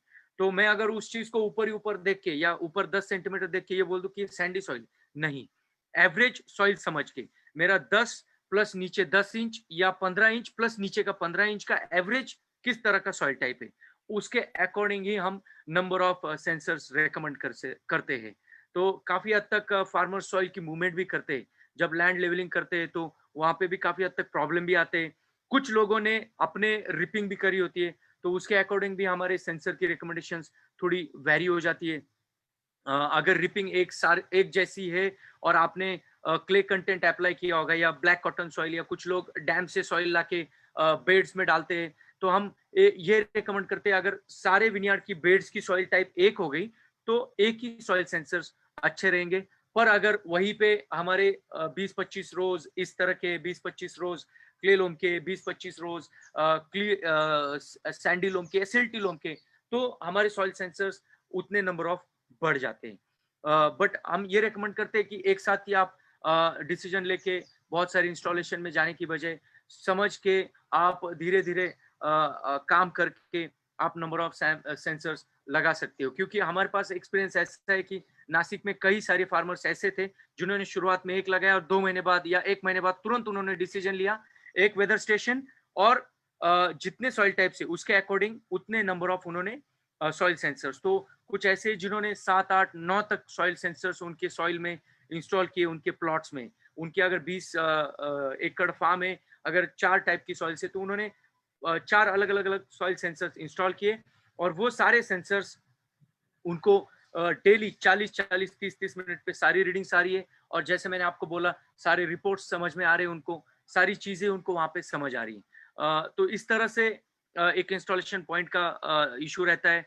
हाउ मेनी मॉइस्चर सेंसर्स पर प्लॉट, वो भी मैंने बता दिया कि मेरे प्लॉट में अगर बहुत ज्यादा वेरिएशन है, पर उस वेरिएशन में भी 75% के वेरिएशन, 100% के वेरिएशन में 75% एक जैसा आ रहा है, जिसमें 70-80% वेरिएशन नहीं है, वो 70-80% एक जैसी है, तो मैं रेकमेंड करूंगा कि उस 75% के लिए एक सेंसर इंस्टॉल कीजिए, भले वो 5 एकड़ में हो, 1 एकड़ में हो, या 10 एकड़ में हो।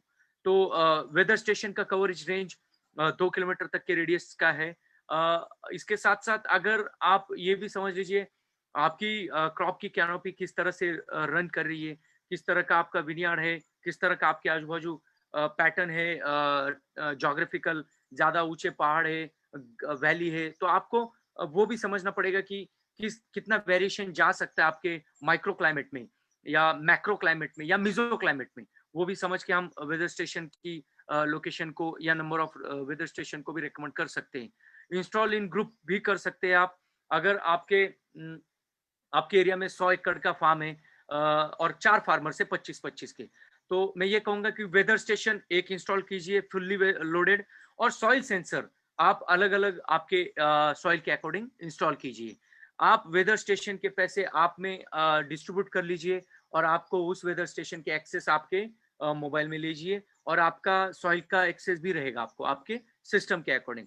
तो वेदर जैसे 2 किलोमीटर के रेंज में ज्यादा चेंज नहीं होता है, तो आप वेदर स्टेशन एक के लिए जाए, ग्रुप में जाए, और सॉइल सेंसर्स के लिए अलग अलग जाए।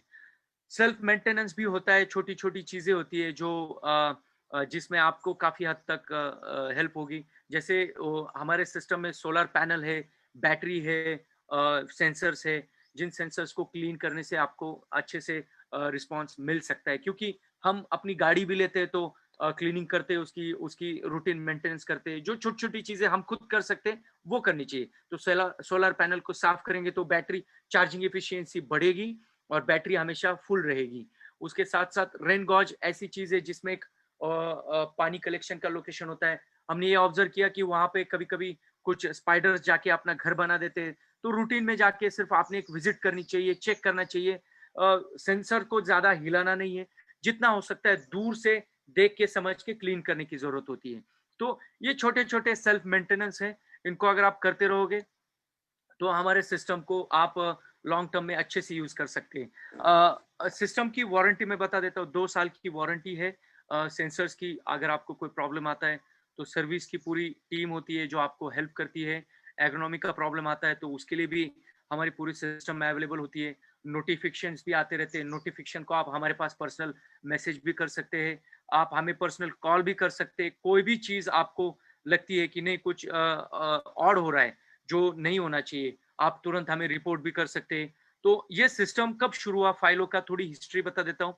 मई 19 से शुरू हुआ, कुछ कुछ जगह पे ट्रायल्स लिए, उसके बाद धीरे धीरे फार्मर्स के प्लॉट पे गए और धीरे धीरे स्केल होता गया। और आज 3 स्टेट्स में इंस्टॉलेशन है, महाराष्ट्र में, तमिलनाडु में, कर्नाटक में। तो 110 से ज्यादा इंस्टॉलेशन हो रहे। हमारी फाइलों की फैमिली बढ़ती जा रही है और फार्मर्स इस सिस्टम का अच्छे से उपयोग कर रहे, ना कि उनको किसी नॉन एक्सपीरियंस्ड या काफी सारे, मैं नहीं बोलना चाहिए पर बोल देता हूँ कि काफी झोला छाप डॉक्टर्स घूमते हैं मार्केट में, जिनको साइंस का एस भी पता नहीं है। वो बस किसी से सीख के आपको रिकमेंडेशन देते, वो किसी और लोकेशन का देते। मैं ये कहूंगा कि बजाय आपके पास आपका खुद का डॉक्टर बैठा हुआ है, आपका फाइलो, वो आपके आपके लोकेशन का आपको बताएगा कितना मॉइस्चर है, कितने आपके पैरामीटर कैसे बिहेव कर रहे हैं, उसके अकॉर्डिंग आपको रिकमेंडेशन देता रहेगा। और हर सुबह आपको एक मैसेज आएगा और उसके अकॉर्डिंग आप आपके प्लान्स करना शुरू कर सकते हैं।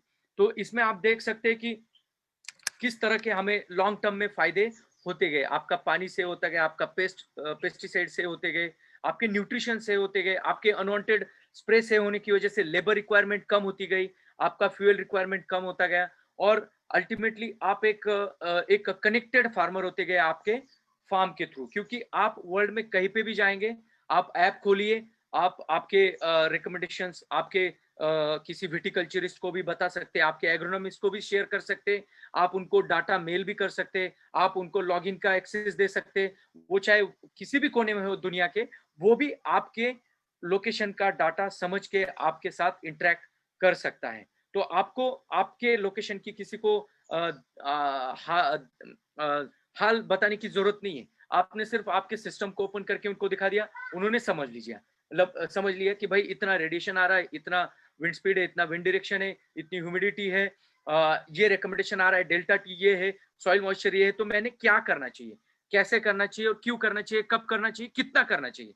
हम वही आगे प्रिसीजन फार्मिंग पे जो डेफिनेशन उसको समझा रहा है, कब, क्यों, कैसे, कितना और क्या रीजन है।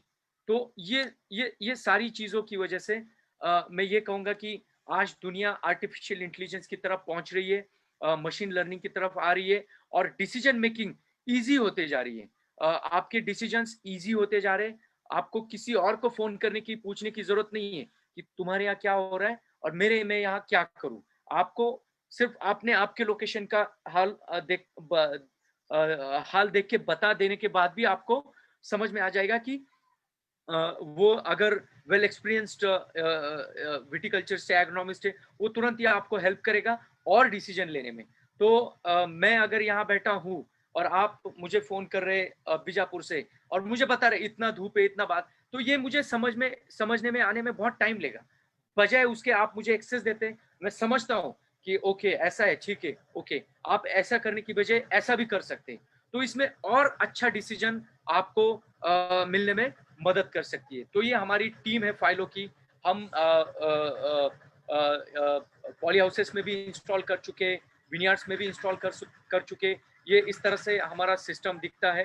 ये हमारी कांटेक्ट टीम है। आप कभी भी कांटेक्ट कर सकते, हमसे बात कर सकते, डिस्कस कर सकते, समझ सकते और हमारे एग्रीकल्चर को या हमारे हॉर्टिकल्चर को एक स्टेप फर्दर ले जा सकते आज इस चीज को समझ के। तो इसलिए वेदर एनवायरनमेंट को समझना बहुत जरूरी हो चुका है। और इसके अलावा अगर आप किसी और वे से जाना चाहते हो तो ये हमारे एनवायरनमेंट को भी घातक है और हमारे सस्टेनेबिलिटी को भी ये नहीं मदद करता। बजाय उसके हम सस्टेनेबिलिटी के हाथ ही हाथ में लेके जा रहे हैं। जैसे एक लास्ट में यही वर्ड कहूंगा कि हम इस प्लेनेट अर्थ पे सिर्फ गेस्ट है। जब हम किसी गेस्ट हाउस को छोड़ के जाते तो मैं ये कहूंगा कि हम गंदा करके ना जाए, हम हमारे अगले जनरेशन को उतनी ही अच्छी प्लेनेट अर्थ देके जाए जितनी हमें अच्छे से मिली थी। तो हम हर एक चीज को, क्योंकि हमारा एक डिसीजन, एक एक्स्ट्रा न्यूट्रिशन का डोज काफी हद तक हमारे माइक्रो ऑर्गेनिजम्स को डैमेज कर सकता है और हमारे एनवायरनमेंट को काफी हद तक लॉसेस भी लाके दे सकता है, जो आज हम एक्सपीरियंस कर रहे हैं और कर भी चुके। तो मैं ये रेकमेंड करूंगा कि अगर आपको और भी चाहिए कुछ इंफॉर्मेशन तो हमें कॉल कीजिए, डिस्कस कीजिए और समझ के हम और डिस्कस करके और अच्छे से डिसीजन ले सकते हैं। Thank you Prakash sir. With respect, आप लोगों ने हमें अपॉर्चुनिटी दी आपके टीम को, हमारे टीम को ये करने के लिए, एक्सपोज करने के लिए, समझने के लिए, इंट्रोड्यूस करने के लिए। और इस अपॉर्चुनिटी को मैं एक अच्छे से प्लेटफॉर्म समझता हूँ और फार्मर के और करीब जाने की कोशिश करके हमारे साइंस को और फार्मर के करीब लाने की कोशिश कर सकते आपके एक्सपीरियंस के थ्रू, सिस्टम के वर्क के through. Thank you sir, thank you farming community, thank you madam. Please on you. Vikas, yes sir. Question answer में एक क्वेश्चन है। हाँ जी सर। आपके यहाँ पे क्वेश्चन Q&A है ना? यस सर, मैं देखता हूँ। हाँ, आप स्टॉप शेयरिंग कर दीजिए पहले तो। Okay, yes I got that Q&A। Question देखिए। हाँ sir, how much will it cost? Yes, 57,000 loaded unit है जिसमें सब कुछ आ जाता है। आपके जो 21 पैरामीटर है, 21 पैरामीटर की वजह मैं ये कहूंगा कि वेदर के जितने भी पैरामीटर्स है जो इंपॉर्टेंट है वो सारे आ गए। वो करीब आप ऐसा समझ लिए 8 से 10 पैरामीटर से, तो वो सारे 8-10 पैरामीटर आपको 57,000 plus next year onwards 6,000 per year के सब्सक्रिप्शन पे मिल जाते हैं। और इंस्ट्रूमेंट की लाइफ 5 साल है, 2 साल की वारंटी है। और एक 32,000 का यूनिट है जो आपको सॉइल मॉइस्चर का इंफॉर्मेशन देता है, जो आपने अभी कुछ ग्राफ्स में देखा कि किस तरह से सॉइल के ग्राफ्स आते हैं और किस तरह से आपको डिसीजन मेकिंग में एक हेल्प मिल जाती है उसके थ्रू। तो ये 32,000 plus 2,000 annual subscription next year के ऑनवर्ड्स। तो इस तरह के 2 मॉडल्स है अपने पास। हाँ जी सर। अटेंडीज में एक अशोक जी करके हैं। हाँ जी अशोक जी, आपको अलाउ टू टॉक किया है। अगर नीचे आपको म्यूट अनम्यूट बटन दिख रहा होगा स्क्रीन पे तो प्लीज अपने आप को म्यूट करके अपना सवाल पूछिए। अशोक जी, मैंने आपको नोटिफिकेशन भेजा है, सिर्फ उस पे यस बोल के आप स्टार्ट कीजिए। हाँ बोलिए।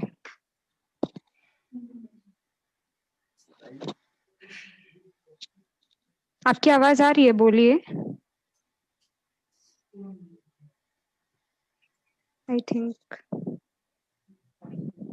I think there is some issue at his end.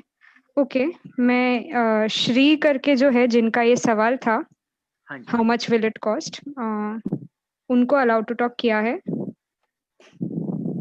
हाँ जी श्री जी क्या आप बोल सकते हैं? हेलो, हाँ बोलिए।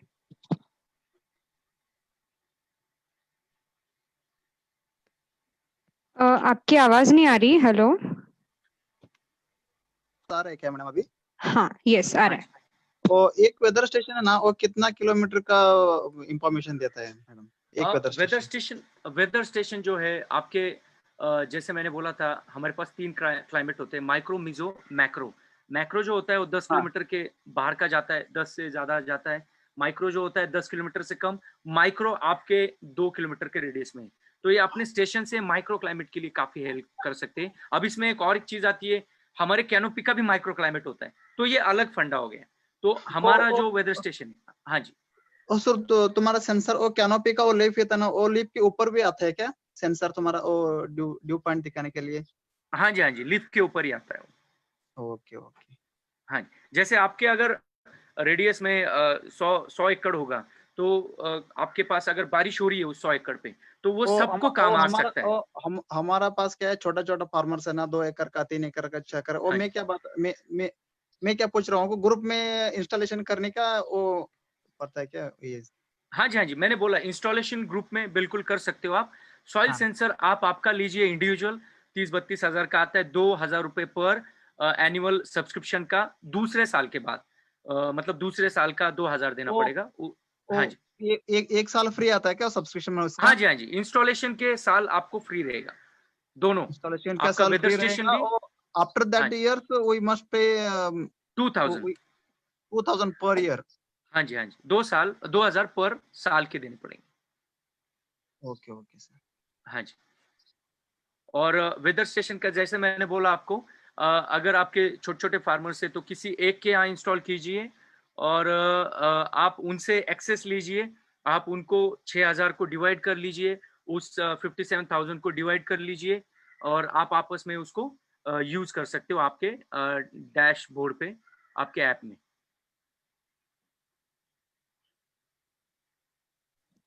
ओके, अटेंडीज के प्रश्न खत्म हो चुके हैं। कुलकर्णी जी, कारी जी, अगर आप कुछ पूछना चाहेंगे सर तो सर पूछिए। कितना लोग हाँ जी। सर कितना लोग मिलके बैठा सकते हैं वो? कारी जी, आप आपका वीडियो ऑन करेंगे क्या? सर एक कितना लोग सब मिलके? कर सकते हैं आप, आपके हाँ मैडम। चॉइस के। आपके आजू बाजू अगर 10 फार्मर है तो आप अपने हिसाब से 10 लोग मिल के इंस्टॉल कर सकते हैं। अगर आप 20 लोग हो, पर कंडीशन ये आप समझ लीजिए, आपके एरिया का वेदर आपको आना चाहिए। अगर वो 10 उस एरिया के हो तो ही आपको फायदा रहेगा।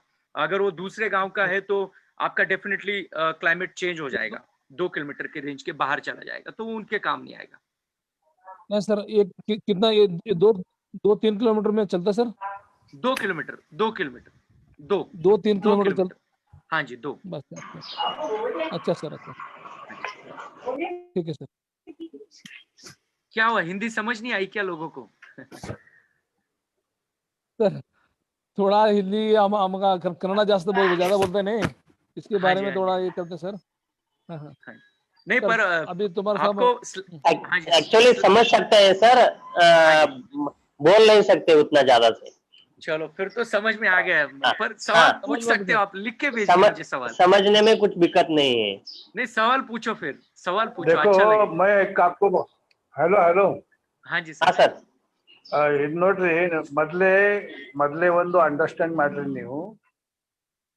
ನಿಮ್ದು ಸ್ಪ್ರೇ ಅದಲ್ಲ, ಎಲ್ಲ ಕ್ಲೈಮೇಟ್ ಒಳಗೆ ಡಿಪೆಂಡ್ ಅದ ಇಲ್ಲ. ಹೌದು ಅದಕ್ಕೆ ನೀವ್ ಏನ್ ಮಾಡ್ಬೇಕು, ಗ್ರೂಪ್ ಒಳಗೆ ಒಂದು ಇನ್ಸ್ಟಾಲ್ ಮಾಡ್ಬೇಕು.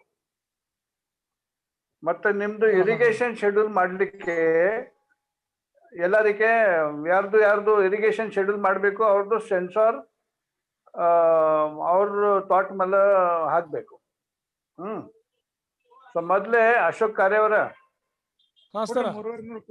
ನಿಮ್ಮ FPO ಒಳಗೆ ಒಂದು ತಗೋರಿ, 2 ಕಿಲೋಮೀಟರ್ ಒಳಗೆ, ಹ್ಞೂ ರೀ 2 ಕಿಲೋಮೀಟರ್ ಒಳಗೆ ಎಷ್ಟು ಮಂದಿ ಇದ್ದಾರೆ? ಬೇರೆದವ್ರಿಗೊಬ್ರು ಕಾಣ್ ಗೊಬ್ಬರ ಕಡಿಮೆ ಮಾಡಿ ಕೊಡಿದ್ರಿ ನಿಮ್ ನಾವು ಒಂದು ಈಗ ಸರ್ ಅವ್ರ ಜೊತೆ ಮಾತಾಡ್ರಿ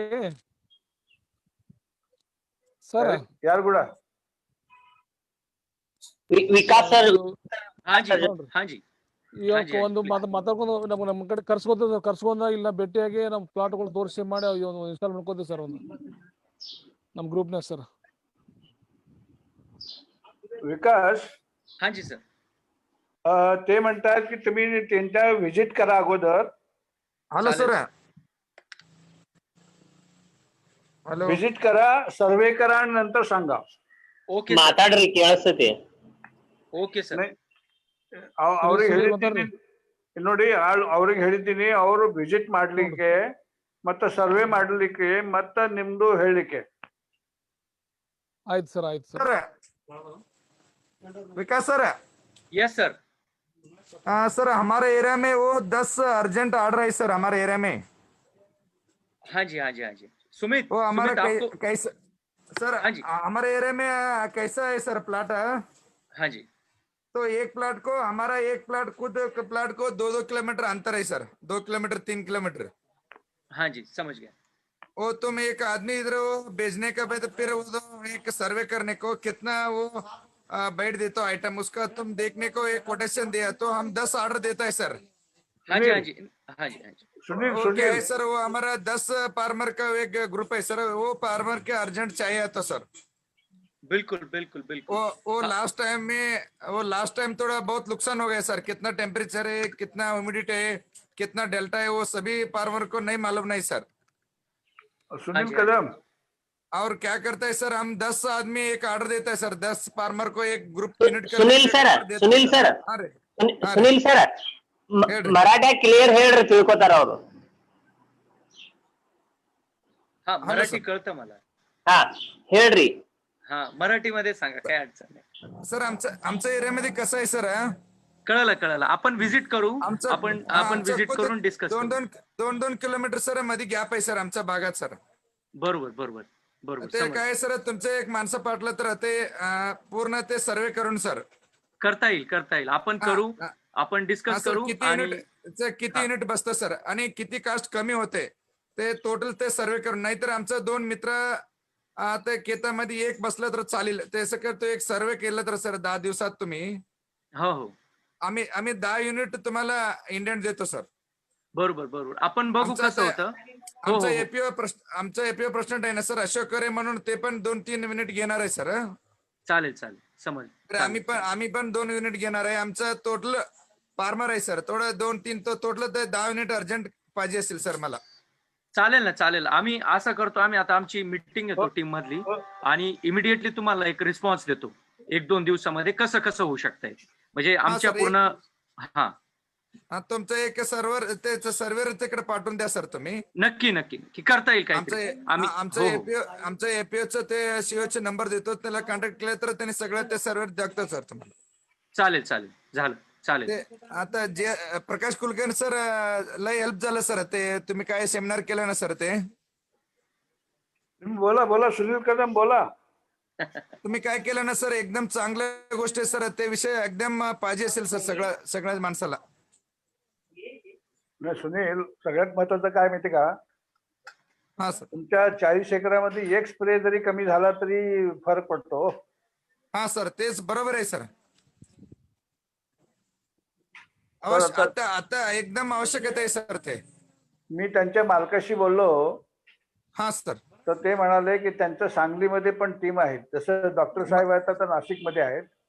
बर सर. तर ह्यांची टीम सांगलीमध्ये पण आहे. हा सर.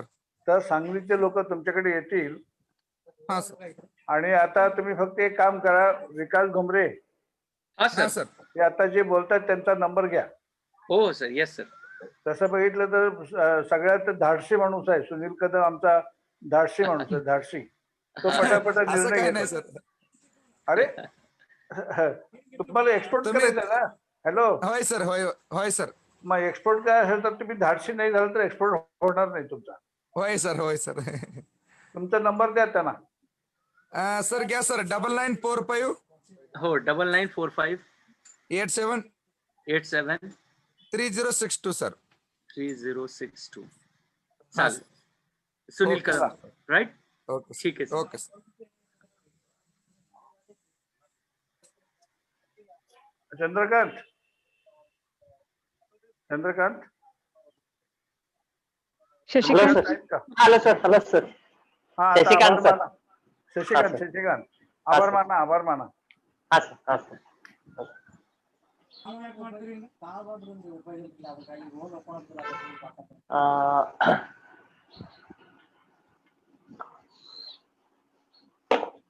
फाइलों के विकास सर और कुलकर्णी सर, निहारिका मैडम और हमारे एपीयू के चेयरमैन साहब अशोक खरे और डायरेक्टर सुनील कदम और इसमें पार्टिसिपेट किए हुए सब किसान भाइयों का मैं जमखंडी हॉर्टिकल्चर एपीओ के सीईओ होने के नाते से आभार मानता हूं.